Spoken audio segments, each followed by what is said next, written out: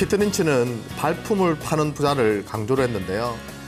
쉽게 말하면 실생활에서 돌아다니면서 투자할 종목을 선택을 했던 겁니다. 직접 관심 있는 기업을 방문을 했고요. 직접 도넛을 먹어보고 맛있고 잘 팔리는 것을 확인하고 샀고요. 자기 와이프가 스타킹을 계속 사 입는 걸 보고 그 스타킹 업체를 투자를 해서 대박이 났던, 그러니까 한마디로 발품을 팔아서 직접 기업을 발굴해내는 그런 기법이고요.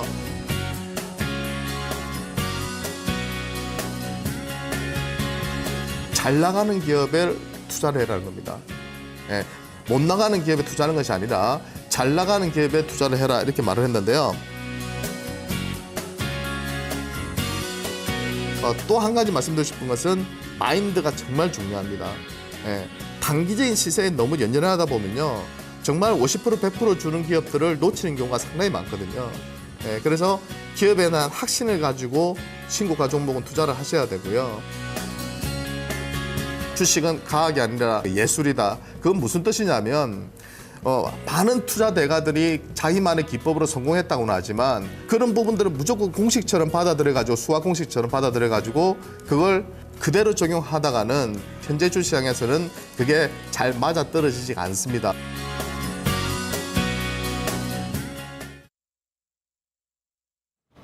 토마토 투자자문 유성치 운용령 만나보겠습니다. 운용령님 안녕하세요. 네, 안녕하세요. 반갑습니다. 네, 옐런 의장이 올해 빅 이벤트를 서서히 시장 전면으로 부각시키고 있습니다. 점점 좀 입을 제대로 떼고 있다는 생각이 들어요. 미국 증시도 고평가됐다는 이야기를 코멘트로 했었고, 뭐 계속 고평가 얘기는 했었지만 또 최근에 한 번 했었고, 그 다음으로 연내 기준금리 인상에 대한 얘기를 했습니다. 이것도 뭐 처음 한 얘기는 아니겠지만 또 중요한 시점에 나온 이야기여서 지금 이제 6월 다 되고 있잖아요. 그래서 또 주목이 되는데, 이런 가운데 조정 분위기에 다시 들어가고요. 또 특히 코스닥의 대장주 셀트리온이 주가를 이탈하고 있습니다. 자, 이제 성장주에 대한 투자 또 더 요령이 필요할 것 같아요. 오늘 어떤 이야기 들어볼까요?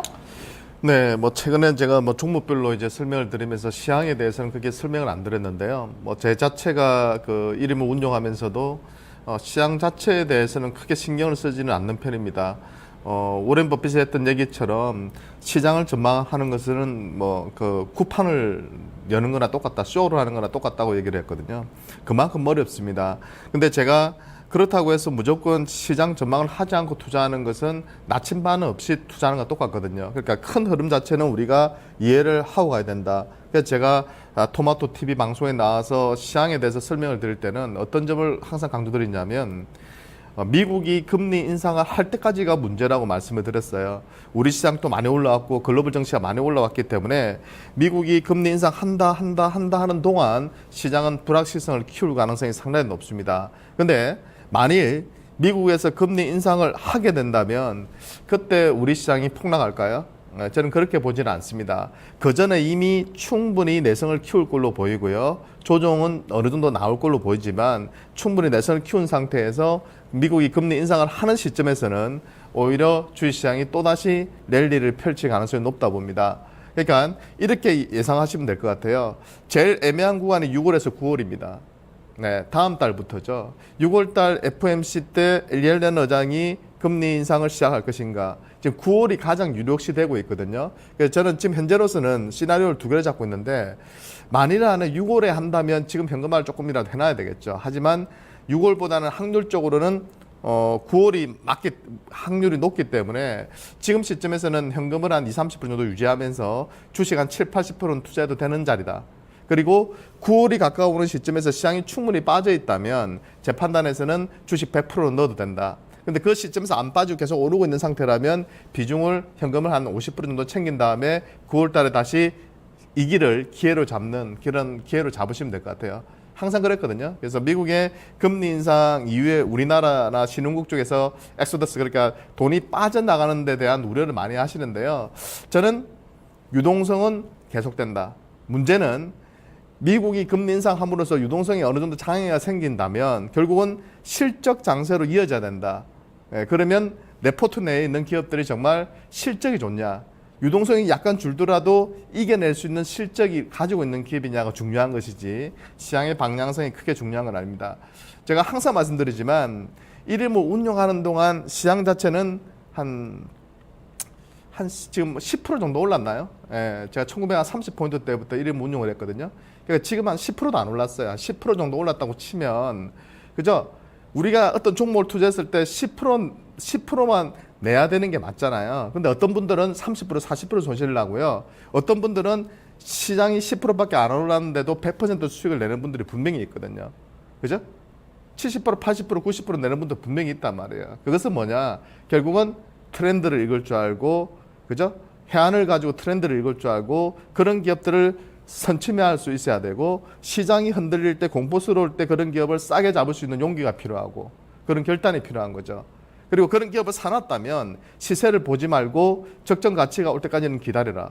보고 있으면 100% 오를 종목을 10%만 수익 나도 팔고 싶고, 그 보고 있으면은 안 오르면 또 다른 종목 가는 거 보면 속상하니까 견뎌낼 수 없고 또 손절하게 되고, 나중에 날아가고 나면 나는 왜 이러지? 나는 주식 투자하고 안 맞는가 봐 하면서 계속 왔다 갔다 하면서 손실만 나다가 주식시장을 떠나게 되거든요.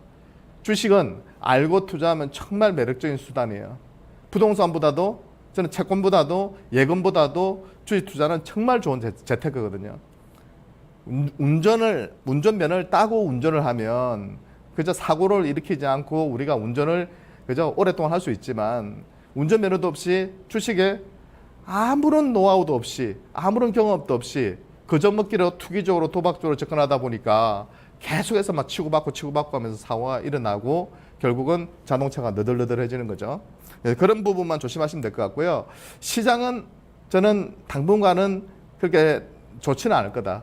그렇다고 해서 완전히 추세가 이탈되는 급락이 들어오지는 않을 거다. 결국은 대안이 될 수 있는 기업들을 사야 된다. 예, 그런 관점에서 오늘 또 종목을 하나 또 추천을 해드리도록 하겠습니다. 다시 한번 말씀드리지만, 제가 지금 한 3주 전부터 SK 하이닉스를 비롯해서 제가 관심 있게 보고 있는 종목군들을 여러분들 피터 린치라면 어떤 기업에 투자할까에 대해서 고민하면서 어떤 트렌드를 읽을 수 있는 눈, 반도체다, 그죠? 모바일 결제다, 사물 인터넷이다. 그렇다면 그 안에서 제가 관심 있는 종목군들을 연구를 해서 소개를 시켜드리는 것이지, 이것이 단타를 하거나 단기로 수익을 내고자 하면 안 된다는 거예요. 그죠? 그런 마인드로 접근해가지고 절대 수익이 안 나고, 정말 안정적으로 조금 적어도 한 3개월 이상 보시면서 투자한다는 관점에서 본다면 좋은 그런 종목군들을 제가 소개시켜 드릴 테니까 여러분들도 참조하시기 바랍니다. 자, 오늘은요, 제가 가장 관심이 많은 쪽이 어느 쪽이냐면, 제가 한 몇 년 전부터 지금 가장 관심 있는 게 뭐였냐면 모바일 인터넷. 예. 그래서 처음에 제가 모바일 쪽에서 KH바텍 이런 기업으로 한 100%인 수익이 났었고요. 그 외에도 네이버라든지 이런 기업들에 대해서 매매를 많이 해서 수익을 많이 냈던 경험이 있는데요. 그 이후로 제가 가장 관심 있게 봤던 쪽이 어느 쪽이냐면 고령화 쪽이었어요. 예, 왜? 우리나라가 2018년도부터 초고령화 사회로 진입을 해요. 고령화 사회에 진입하고, 아까 앞에 분 또 말씀을 하셨지만 이제 본격적으로 58년도, 59년도 요때가 피크인데요. 이분들이 이제 퇴직 시기에 2018년도부터 다다릅니다. 2025년 이후부터는 확실한 초고령화 사회로 진입하게 되고요. 이것은 우리나라만의 문제가 아니라 전 세계적인 트렌드라고 보시면 돼요. 미국도 이미 늙어가고 있고, 일본은 우리나라보다 한 20년을 앞서가고 있고요. 중국도 지금 2030년 이후부터는 고령화 사회에 진입을 한다고 합니다. 그래서 최근에 다시 산화 제한을 풀고는 있지만요. 인도 같은 경우는 2060년 정도 돼야지 고령화 사회에 진입을 한다고 하거든요. 근데 이미 선진국들, 미국을 비롯한 유럽이나 일본은 이미 고령화 사회, 초고령화 사회로 진입을 하고 있고요. 예, 우리나라도 이제는 본격적인 인구 절벽 구간에 2018년부터 진입을 하게 되어 있죠. 그런 관점에서 본다면 주식시장에서 이 고령화 테마, 바이오라든지 제약이라든지 헬스케어라든지 의료기기라든지 이런 쪽 테마는 제 판단에서는 당분간은 우리 시장에서 영원한 테마가 될 가능성이 상당히 높다고 보고 있거든요. 예, 그런 맥락에서 예전에 제가 관심 있게 봤던 기업들이 인바디 같은, 셀바이오텍 같은 기업들, 그죠? 그리고 의료기기 업체들. 최근에는 또 치과 관련 의료기기 업체들이 또 보면 크게 급등하고 있죠. 예, 왜 중국 쪽에 또 진출해서 중국 사람들이 또 많이 이용하니까 그쪽에서 또 시장이 열리고 있고, 예, 그러면서 지금 이 시장이 돌아가면서 계속해서 순환매 급등을 해왔어요. 네, 그래서 그 중에서 제가 또 어느 기업을 할까 하다가 여러 가지 기업들이 많아요. 그렇지만 여러분들이 많이 아는 기업들보다는 좀 잘 모르는 기업들 중에서 영업이익이나 순이익이 꾸준히 증가하고 신약 쪽에서 상당히 개발 능력이 있고 조금 알짜배 기업을 하나 소개를 시켜드리려고 합니다. 유나이티드 제약이라는 기업인데요. 이 기업 같은 경우는 전문 의약품을 주력으로 만드는 그런 회사라고 보시면 됩니다. 그러니까 주력 제품, 항상제가 좀 주력 제품이에요. 예, 이쪽이 주력 제품이고 그다음에 소화기계 기계 쪽에 그런 치료제 이런 쪽을 또 만들고 있고요. 특히 미국을 비롯해서 베트남, 그다음에 태국, 필리핀 이런 쪽으로 지금 현지화 전략을 펼쳐가지고요. 글로벌적으로도 네트워크를 구축하고 실제로 해외 매출이 최근 들어서 꾸준히 크게 늘어나고 있는 그런 상태입니다. 이 기업은 이제 기존에 이제 국내 쪽에 하는 것을 해외 쪽으로 지금 발판을 삼아서 나아가고 있고요. 거기에다가 그렇게 이제 기술을 이전하면서 얻는 로열티 매출이 꾸준히 붙고 있고요. 포트폴리오가 다변화되면서 매출이나 영업이익이 다른 제약사 대비해서는 상당히 안정적으로 증가되고 있어요. 예. 그리고 항암제나 고혈압 치료제, 우울증 치료제 이런 개량 신약 개발을 또 추진하고 있고요. 또 예전에는 우리가 식후 30분 후에 복용을 하면 아침, 점심, 저녁 이렇게 해서 3번을 복용해야 되는데요. 이 회사가 또 개발하고 있는 신약들 중에서 보면은 한 번 복용으로 끝날 수 있는 그런 이제 조제약도 만들고 있거든요. 이런 부분들이 시장에서 먹히고 있고 실제로는 매출이 꾸준히 증가되는 요인 중에 또 하나가 되고 있습니다. 유나이티드 제약의 성장성을 한번 분석해 보면요. 최근 3년간 매출이 연평균 10%씩 성장했더라고요. 10% 전후 정도로 성장했고 또 영업이익 같은 경우에는 무려 30% 전후로 계속 성장을 했어요. 최근에 제약주들 급등을 하고 있지만 실제 실적을 바탕으로 오르는 기업들도 있지만 그렇지 않은 기업들도 분명히 있거든요. 기대감으로 먼저 오르는 기업도 있거든요. 근데 이 기업은 실적이 받쳐주면서 오르고 있다 이렇게 보면 되겠습니다. 특히 가장 우리가 주목해야 될 것은 이번에도 우리가 한미약품의 이력을 봤지만 예전에 제가 한미약품 그 사업 보고서를 보다 깜짝 놀랐던 것이 뭐냐면 매출액 대비 연구개발비를 항상 20% 이상 썼어요. 그래서 제가 이 회사는 지금 실적도 이렇게 안 나오는데 왜 이렇게 연구개발을 많이 할까? 근데 왜 성과가 안 나올까 했는데 결국은 대박을 쳤죠. 그죠? 요번에 기술 이전해가지고 로얄티 매출만 해도 몇천억이 된다고 하잖아요. 그래서 급등을 했었는데요. 그런 것처럼 이 유나이트 제약도 한미약품 정도의 그런 그 수준은 아니지만 그래도 한 13% 정도 전체 매출에서 그 정도면 상당히 큰 거거든요. 다른 경쟁사 대비해서는. 그런 관점에서 개량 신약 부분에서 상당한 경쟁력을 확보하고 있다. 앞으로도 꾸준히 이렇게 연구개발을 통해서 새로운 신약을 개발해낼 가능성이 높은 그런 기업이라고 볼 수 있겠습니다. 자, 이게 보시면은, 매출액 대비 비율이죠. 덩치가 비슷한 제약사들끼리 묶어서 이제 보면요. 유나이티드, 일동제약, 대원제약, 보령제약, 삼진제약, 경동제약. 이 기업들이 보면 매출액 대비 영업이익이나 순이익률이 상당히 높은 회사들이에요. 알짜배기 회사들인데요.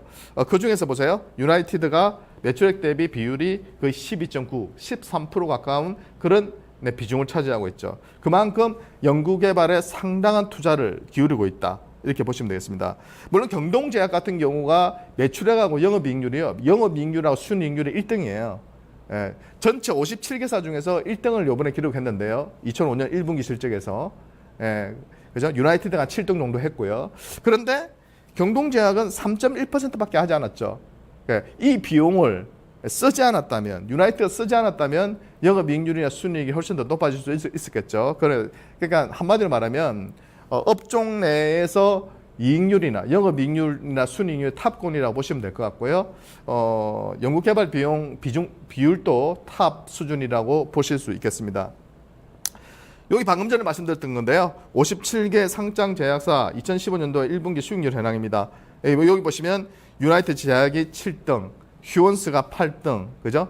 최근에 잘 나가고 있는 기업들이 순위가 높죠. 경동제약이 1등, 그죠? 그다음 부강약품, 삼진제약 이런 기업들도 보입니다. 자, 유나이티드 제약의 투자 리스크를 분석해 보면요. 지금 현 시점에서는 딱 하나 있습니다. 뭐냐면 너무 단기로 제약주들이 많이 올랐다. 예, 그거 빼고는 제가 볼 때 그다지 제가 수급적으로나 펀더멘탈적으로 분석해 보면 큰 악재는 없다. 그래서 과거의 기준으로 보면 지금의 주가 수준이 분명히 높습니다. 하지만 매출액이나 영업이익의 성장률을 감안해 본다면 지금 주가에서 어느 정도의 가격 조정만 들어온다면 2만 초반대 가격 조정만 들어온다면 저는 관심 있게 여러분들이 투자를 하셔도 되는 기업이라고 판단이 됩니다. 차트 보시면요. 오늘 좀 빠지고 있어요.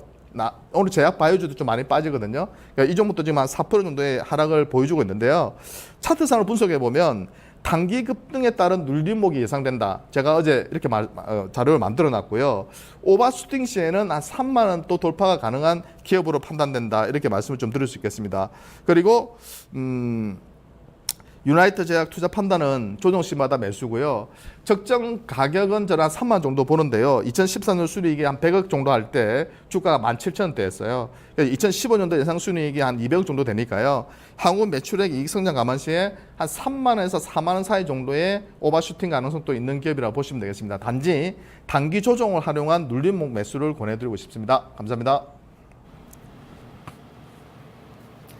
네, 오늘도 좀 긴 관점에서 우리 주식시장을 바라봤습니다. 오늘 또 여러분께서 기억에 남기셔야 될 부분이 아마 이런 한류, 1인 가구의 증가세, 중국인의 소득 증가, 또 고령화 이런 그 메가 트렌드가 아닐까 싶어요. 전 세계적인 트렌드입니다. 여기에서 파생되는 투자 전략들을 잘 세워보시면서 지금의 조정장을 이겨내시면 좋겠습니다. 내일 이 시간 다시 오죠. 고맙습니다.